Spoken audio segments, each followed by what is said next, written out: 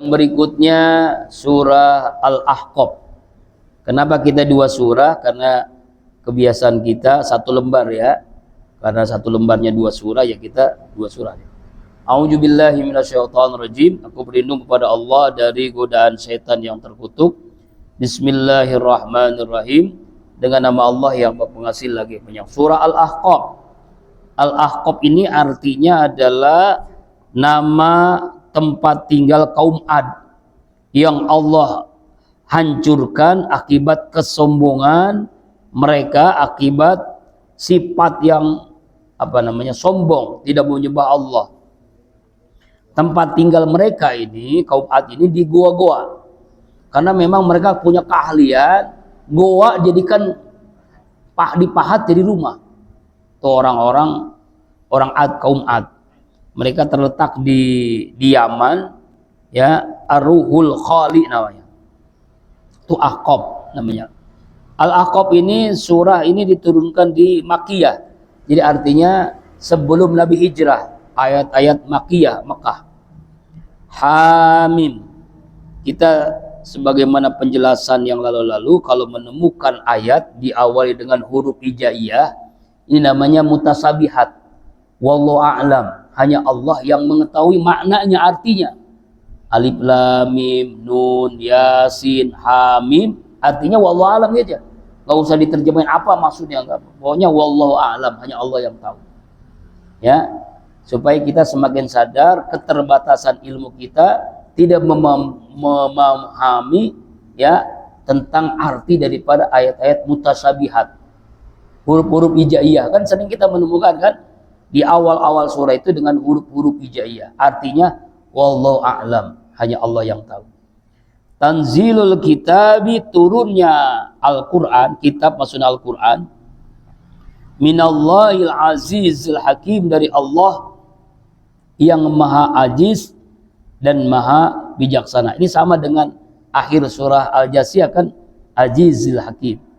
Ini menegaskan Allah bahwasanya Al-Quran itu turun dari Allah melalui malaikat Jibril kepada Nabi Muhammad Sallallahu Alaihi Wasallam. Sebab orang-orang kafir ini meragukan Quran itu adalah firman Allah. Ah, bener nggak ini kan buatan Muhammad, ini mah karangan Muhammad, ciptaan Muhammad.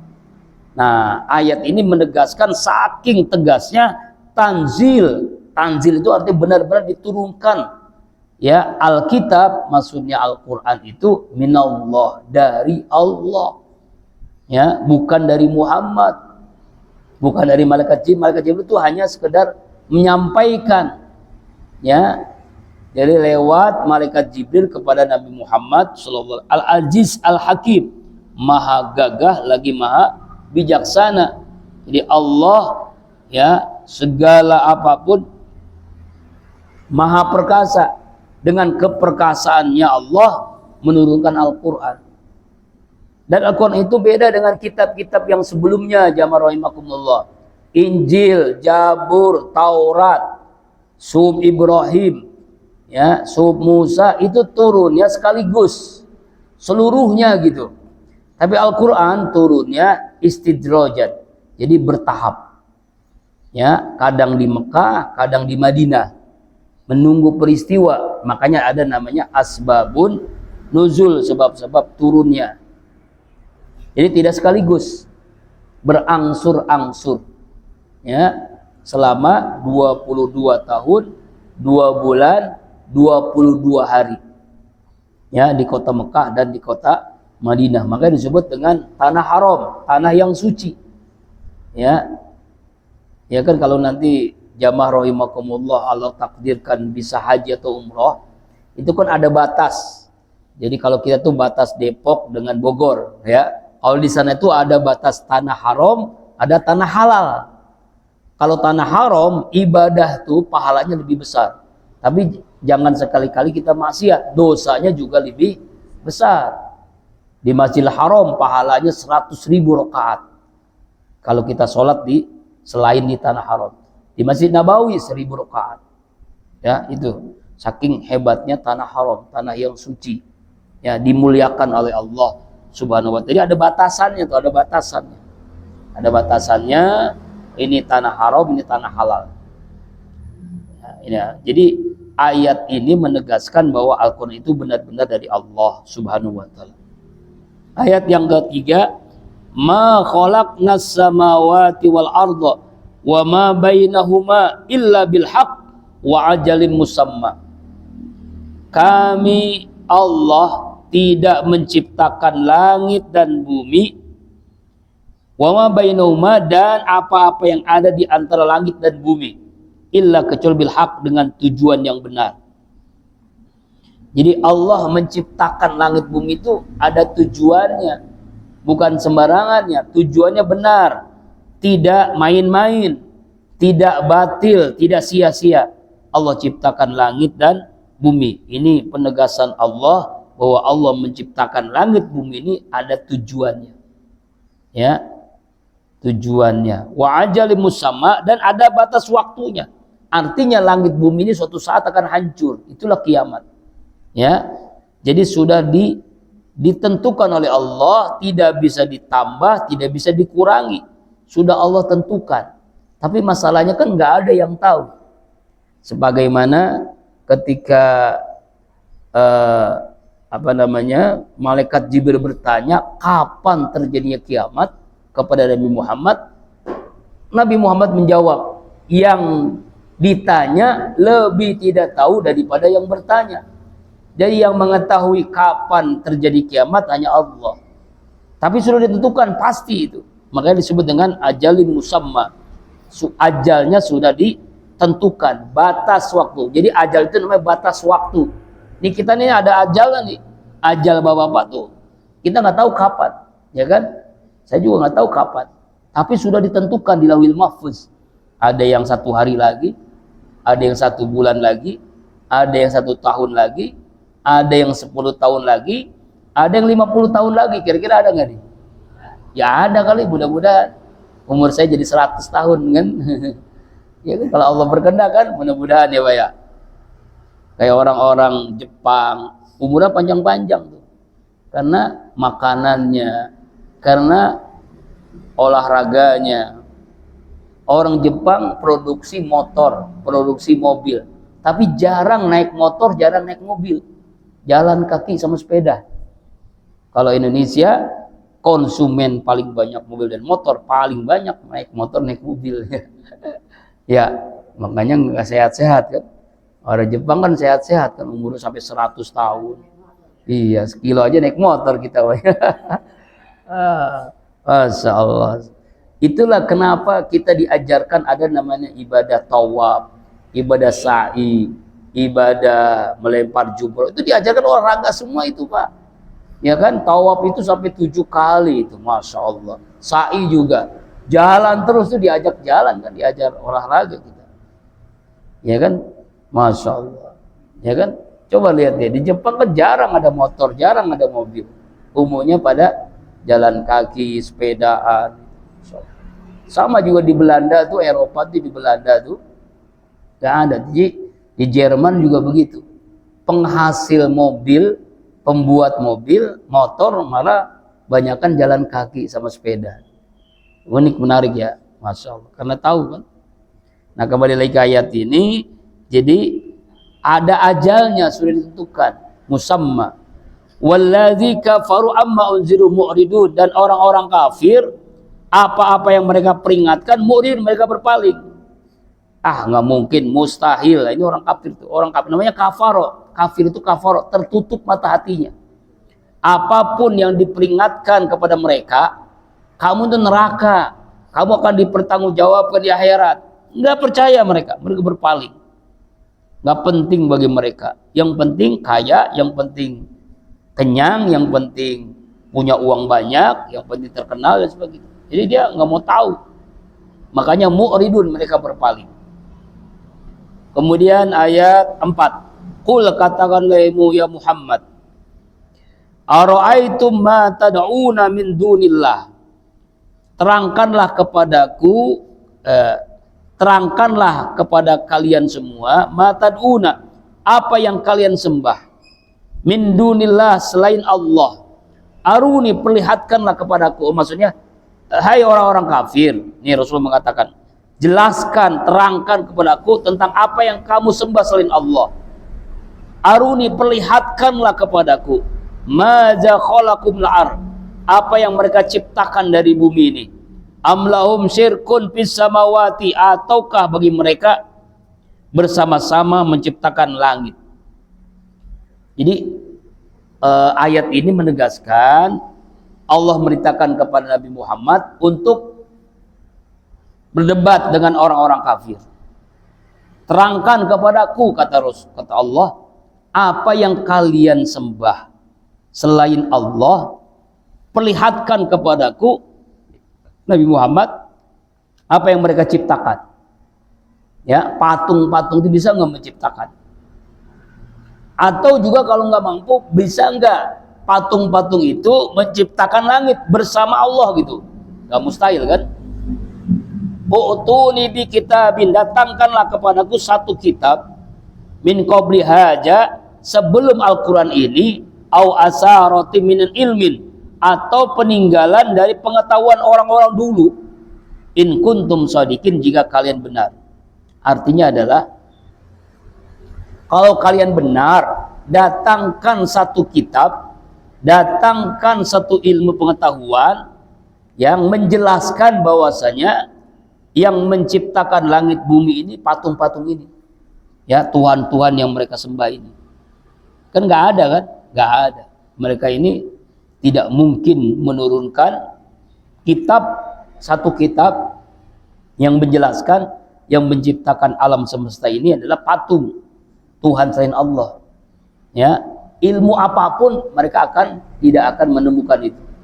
Ya, itu maksudnya ilmu-ilmu yang dahulu-dahulu, dari sejak zaman Nabi Adam misalnya, apa buktinya? Bukti yang menjelaskan secara jelas bahwa ada Tuhan selain Allah yang bisa menciptakan langit dan bumi, jika kalian adalah orang-orang yang jujur, yang benar, in kuntum shadiqin. Itu Masya Allah. Ya, jadi ayat ini sangat terang, sangat jelas bagaimana para ulama-ulama tafsir menjelaskannya, ya, bahwa yang dimaksud dengan peninggalan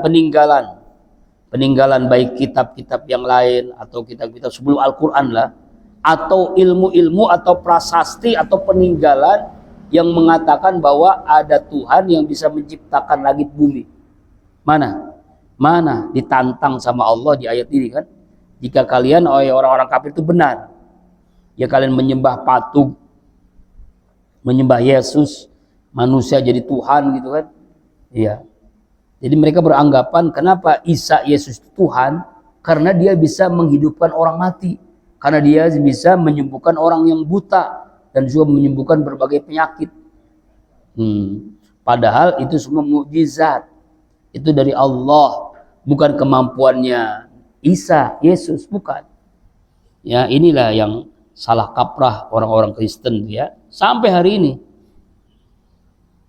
Kemudian ayat yang terakhir kita bahas hari ini, surah Al-Ahqaf ayat 5, waman adallu, dan siapakah yang lebih sesat, mimma yad'u, daripada orang-orang yang mereka sembah min dunillah selain Allah, man la yastajibulah, ya, siapakah sesembahan Tuhan yang tidak dapat yastajibulah, mengabulkan doa, ila yaumil kiamah, sampai hari kiamat, wahum an du'aihim ghafilun, dan mereka, ya, Tuhan-Tuhan selain Allah itu dari doa-doa, ibadah-ibadah yang mereka lakukan, ghafilun, mereka lalai, mereka lupa. Artinya adalah ayat ini menegaskan siapa orang yang sesat daripada orang yang menyembah selain Allah. Jadi yang paling sesat itu orang-orang yang menyembah selain Allah. Ya, jadi bentuknya istifham, tapi jawabannya pasti. Jadi orang-orang yang menyembah selain Allah itu adalah sesat. Makanya la ilaha illallah itu harus kita kuatkan kembali. Pondasi awal tauhid, akidah, keyakinan. Tidak ada yang berhak disembah kecuali hanya Allah. Tidak ada yang menghidupkan kecuali hanya Allah. Tidak ada yang mematikan kecuali hanya Allah. Tidak ada yang menentukan nasib kita kecuali hanya Allah. Tidak ada yang memberikan rezeki kecuali hanya Allah. Tidak ada yang menentukan nasib kehidupan kita kecuali hanya Allah Subhanahu wa taala. Ini harus kita yakini. Jadi kalau ada orang yang menyembah selain Allah adalah orang yang paling sesat. Paling sesat. Ini akidah, ini iman. Ustadz, dia itu orangnya baik banget. Awal pun baik.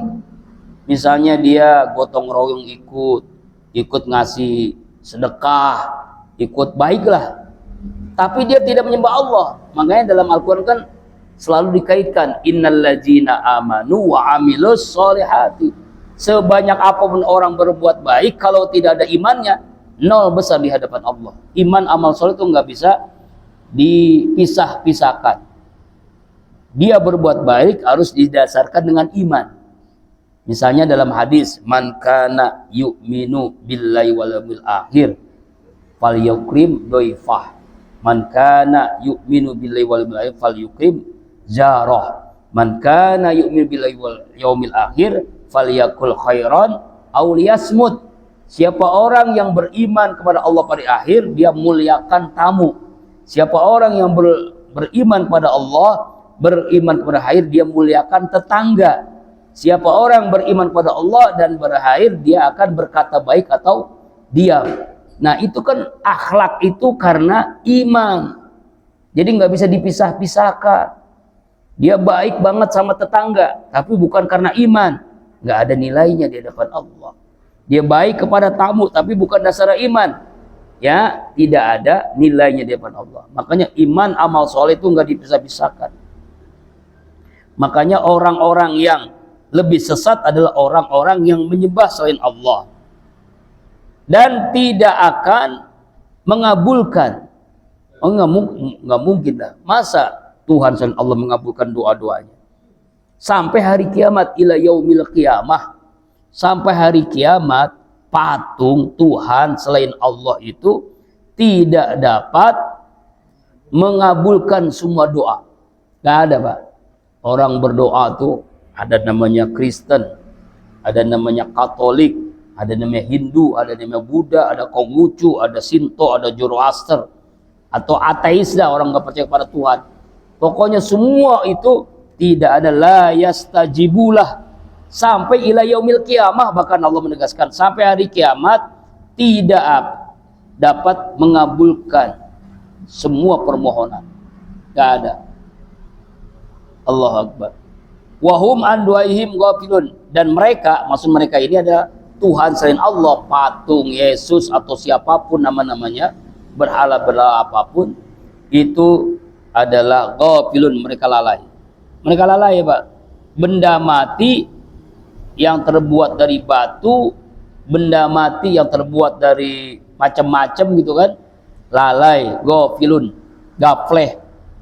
Artinya mereka melupakan. Ya namanya buat diri sendiri aja tidak bisa menyelamatkan, apalagi buat orang lain. Jadi begini jamaah rahimakumullah, Tuhan selain Allah itu intinya setan, iblis. Itulah cara iblis menggoda manusia supaya jangan menyembah Allah. Dia ciptakan tuh bersekutu dengan manusia.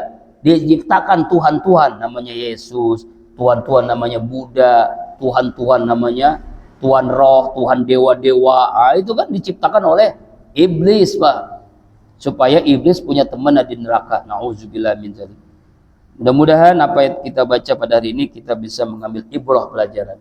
Insyaallah minggu depan surah Al-Ahqaf ayat yang ke-6. Jadi kita alhamdulillah sudah bahas 2 surah hari ini ya, Al-Jasiyah dan Al-Ahqaf. Wallahu a'lam bishawab.